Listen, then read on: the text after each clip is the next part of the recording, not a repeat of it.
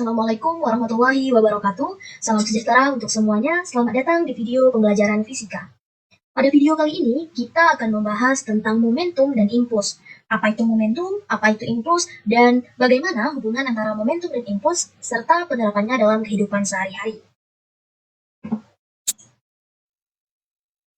Nah, silakan anak-anak perhatikan. Gambar A merupakan gambar sebuah helm. Nah, di dalam helm ini selalu dilapisi oleh gabus. Nah, kira-kira kenapa ya demikian? Nah, silakan anak-anak simpan jawabannya terlebih dahulu. Nah, selanjutnya kita perhatikan gambar B. Nah, gambar B ini merupakan gambar mobil yang tidak sengaja menabrak sebuah tembok. Nah, dan bagian depan mobil ini terlihat penyok atau rusak. Nah, ternyata bagian mobil tersebut sengaja didesain agar mudah penyok. Kira-kira kenapa ya demikian? Nah, silakan dipikirkan dan jawabannya disimpan terlebih dahulu. Nah, selanjutnya kita amati gambar berikut.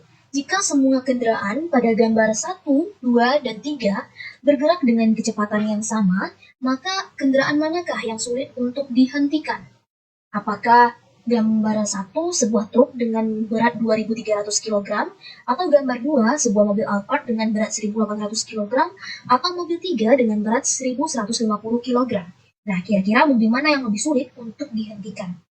Nah, untuk menemukan jawaban dari pertanyaan-pertanyaan yang dilontarkan, maka silakan simak video pembelajaran berikut ini. Nah, ternyata anak-anak sekalian, bahwasannya pertanyaan-pertanyaan sebelumnya itu erat kaitannya dengan konsep momentum dan impuls. Nah, apa sih momentum itu?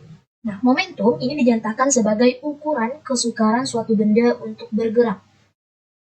Kesukaran suatu benda yang bergerak itu untuk dihentikan. Nah, atau momentum itu juga bisa dikatakan sebagai kelembaman. Nah, kelembaman. Momentum juga bisa kita katakan sebagai kelembaman benda dalam bergerak. Nah, kalau berbicara tentang kelembaman, tentunya anak-anak masih ingat dong dengan hukum 1 Newton, di mana disebutkan bahwa benda yang diam akan tetap diam, dan benda yang bergerak akan tetap bergerak lurus dengan kecepatan konstan. Nah, contohnya begini. Ada 2 buah truk, ini truk A, dan ini truk B. Truk A masanya 1 ton, dia melaju dengan kecepatan 10 meter per sekon. Nah, truk B masanya juga sama, 1 ton, tetapi dia bergerak dengan kecepatan 20 meter per sekon. Nah, kira-kira coba bayangkan, mana yang lebih mudah untuk kita hentikan? Apakah truk A atau truk B? Ya, tentunya kita lebih mudah menghentikan truk A ya, karena walaupun masanya sama, yaitu 1 ton, dan truk B juga 1 ton, tetapi kecepatan dari truk A ini lebih kecil daripada kecepatan truk B. Sehingga kita lebih mudah menghentikan truk yang kecepatannya lebih kecil. Nah, selanjutnya kita kasih contoh yang kedua. Ada mobil, ini beratnya 0,5 ton, ini beratnya 1 ton. Nah, dia melaju dengan kecepatan yang sama, yaitu sama-sama 10 meter per sekon. Nah, kira-kira mana yang lebih mudah untuk dihentikan? Apakah mobil dengan berat 0,5 ton atau truk dengan berat 1 ton? Nah, silakan dibayangkan. Ya, tentunya kita lebih mudah dong untuk menghentikan mobil yang beratnya 1,5. Kita simpulkan bahwasannya momentum ini dipengaruhi oleh kecepatan dan massa. Semakin besar massanya, maka semakin susah benda itu untuk dihentikan, maka semakin besar pula lah momentumnya. Semakin besar kecepatannya, semakin susah juga benda tersebut untuk dihentikan, maka juga semakin besar momentumnya. Sehingga secara matematis nanti kita merumuskan bahwa momentum itu sama dengan M dikali V, di mana V kecil ini melambangkan momentumnya dengan satuan kilogram meter per sekon, sedangkan M ini adalah massa benda, dan V ini adalah kecepatan benda. Nah, berikutnya nih ada catatan penting. Ya, ini perlu diperhatikan ya. Nah, momentum dia merupakan besaran vektor. Nah, jadi penjumlahan antara 2 besaran momentum ini mengikuti operasional vektor. Nah, jika dia searah, maka nanti kita jumlahkan. Jika dia berlawanan arah, maka nanti kita kurangi. Nah, kemudian kita buat kesepakatan di sini. Ketika benda bergerak ke kanan atau ke atas, maka kecepatannya positif. Nah, namun ketika benda ini bergerak ke kiri atau ke bawah, maka kecepatannya akan diberi nilai negatif. Ya. Sampai di sini Ibu harap anak-anak Ibu paham ya. Ya, agar anak-anak lebih paham, maka kita akan coba sebuah contoh soal. Nah, soalnya di sini dua buah mobil A dan B, masanya masing-masing ada 600 kg, ada 500 kg. Dia bergerak dengan kelajuan 5 meter per sekon dan 8 meter per sekon. Nah, jika mobil A bergerak ke arah timur dan mobil B bergerak ke arah barat, maka tentukanlah momentum total dari gerak ini. Nah, di sini kita akan buat terlebih dahulu apa yang diketahui dari soal dan kita buat skitsa geraknya seperti apa. Dari soal kita mengetahui bahwa massa dari mobil A itu sama dengan 600 kg. Massa dari mobil B ini adalah 500 kg dan kecepatan dari mobil A adalah 5 meter per sekon ke arah timur, dan kecepatan dari mobil B ini adalah 8 meter per sekon ke arah barat. Berarti dua mobil ini bergerak berlawanan arah ya. Yang ditanya adalah momentum total dari benda-benda ini. Maka kalau kita buat sketsa mata angin, maka di sini ada utara, selatan, di sini barat, di sini timur. Oke. Berarti nanti benda A kita kasih warna yang berbeda agar lebih memudahkan. Oke. Ini benda B, ini benda A bergerak ke timur. Dan ini ada mobil B, dia bergerak ke barat. Nah, sehingga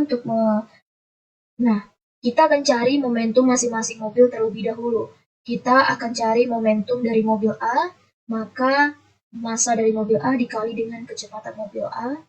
Massa mobil A 500 kg, dan kecepatannya 5 meter per sekon. Sehingga 500 dikali 5, 600 kg mobil A. Ya, 600 kg, maka momentumnya adalah 3000 kg meter per sekon. Oke, nah selanjutnya mobil B. Mobil B, kita cari momentum mobil B. Massa mobil B dikali dengan kecepatan mobil B. Massa mobil B 500 kg dikali dengan 8 meter per sekon kecepatannya. Nah, karena dia bergerak ke barat, maka kita kasih nilai minus 8. Tanda minus ini mengartikan bahwa benda ini bergerak ke arah barat.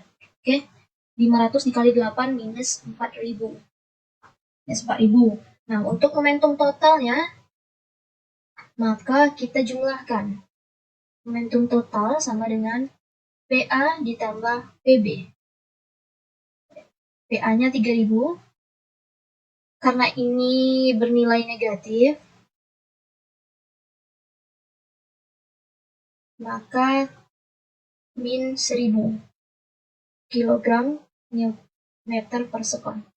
Oke, maka momentum totalnya ini adalah 1000 kg meter per sekon. Tanda minus di sini menunjukkan arah momentumnya.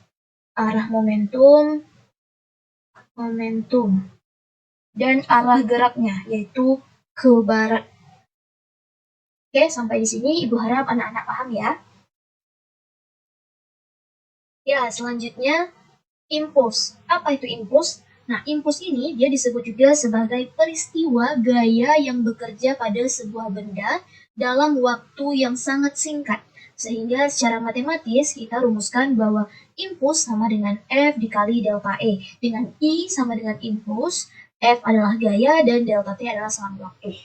Nah, kalau nanti di dalam soal diketahui sebuah grafik gaya terhadap waktu, maka untuk menentukan besarnya impuls, yaitu adalah luas daerah di bawah garis kurva ini.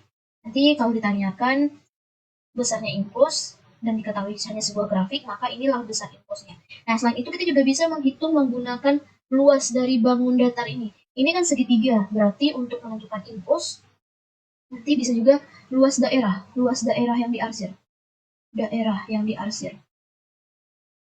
Oke? Nah, karena di sini luas daerah yang diarsir adalah segitiga, maka kita juga bisa menggunakan bahwa sama dengan luas segitiga, di mana luas segitiga itu adalah setengah alas dikali tinggi. Kalau nanti diketahui di sini trapesium, maka kita gunakan rumus dari luas trapesium. Nah, untuk lebih paham, kita akan lanjut ke soal.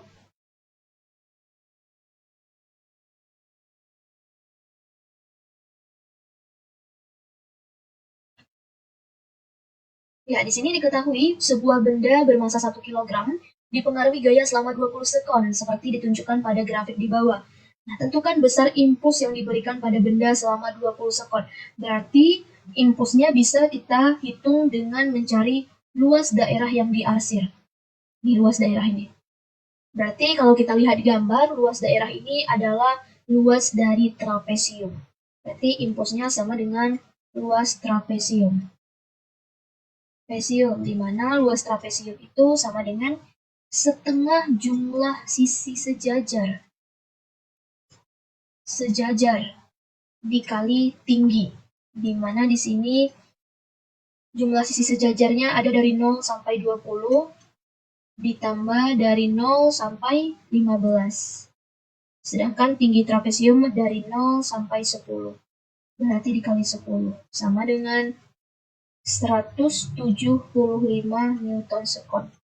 Inilah luas besarnya impuls dari grafik yang ditunjukkan gambar tersebut. Nah, nanti bisa juga kalau misalnya anak-anak tidak tahu luas dari trapesium, bisa dicari satu-satu. Kita cari terlebih dahulu luas dari persegi panjang ini, di mana panjangnya 15 dan lebarnya 10. Kemudian ini untuk bangun 1 dan ini untuk bangun 2 ya. Nah, kemudian baru kita cari ini, nanti dijumlahkan keduanya. Dijumlahkan dengan luas segitiga. Ini kalau kita tidak tahu bahwa ini adalah gambar dari trapesium. Nah, kira-kira sampai di sini Ibu harap Ananda bisa mengerti.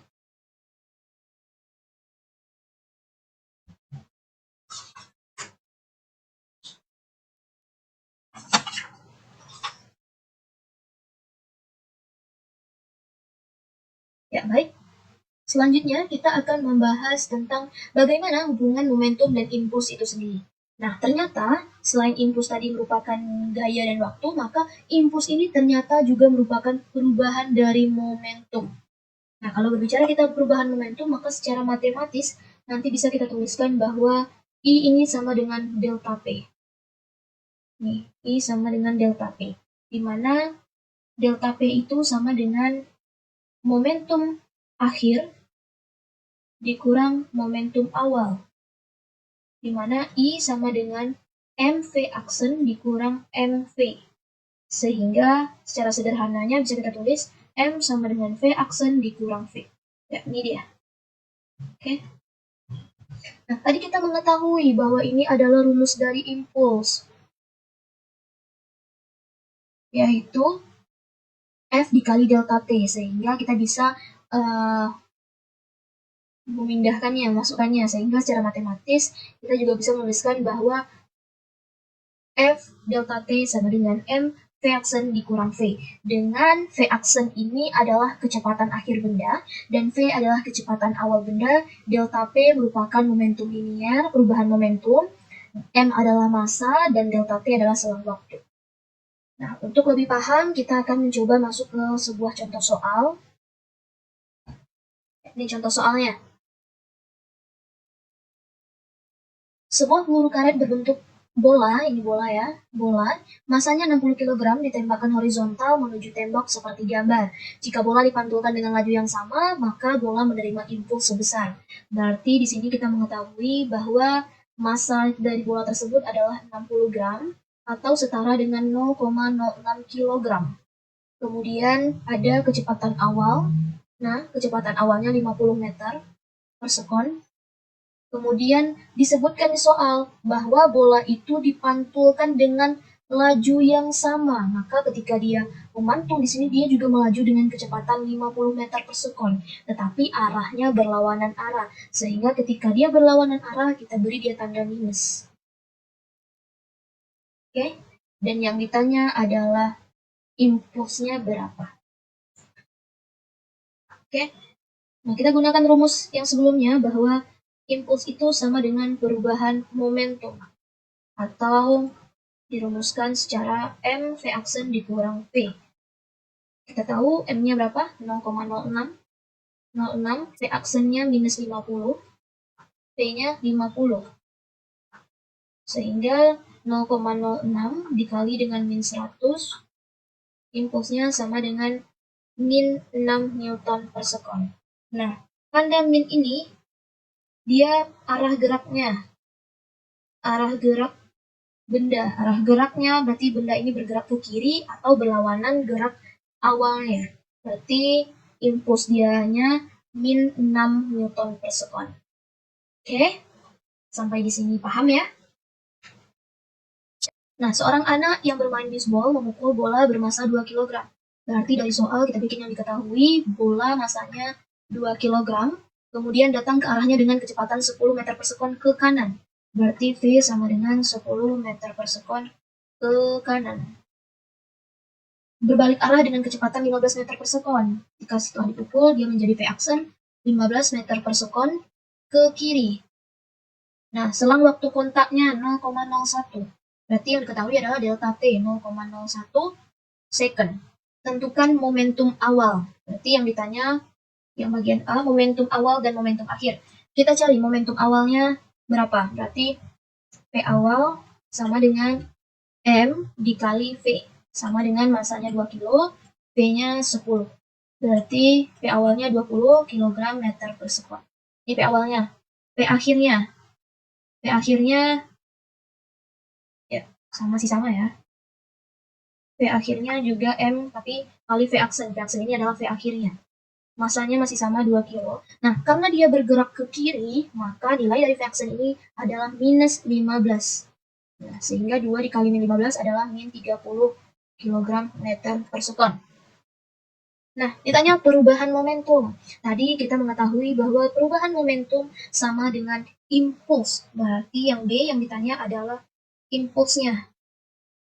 Impulsnya berapa? Berarti P akhir dikurang P awal ya. P akhirnya berapa?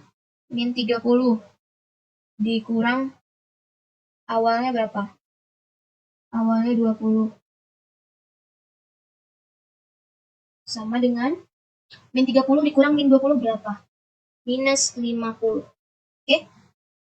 Inilah impulsnya Newton. Semuanya sudah paham arahnya, maka ke pembahasan untuk momentum dan impuls kita di part 1 paham. Anda sampai di sini.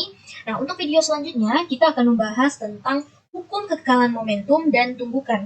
Nah, jadi sampai jumpa di video selanjutnya. Terima kasih.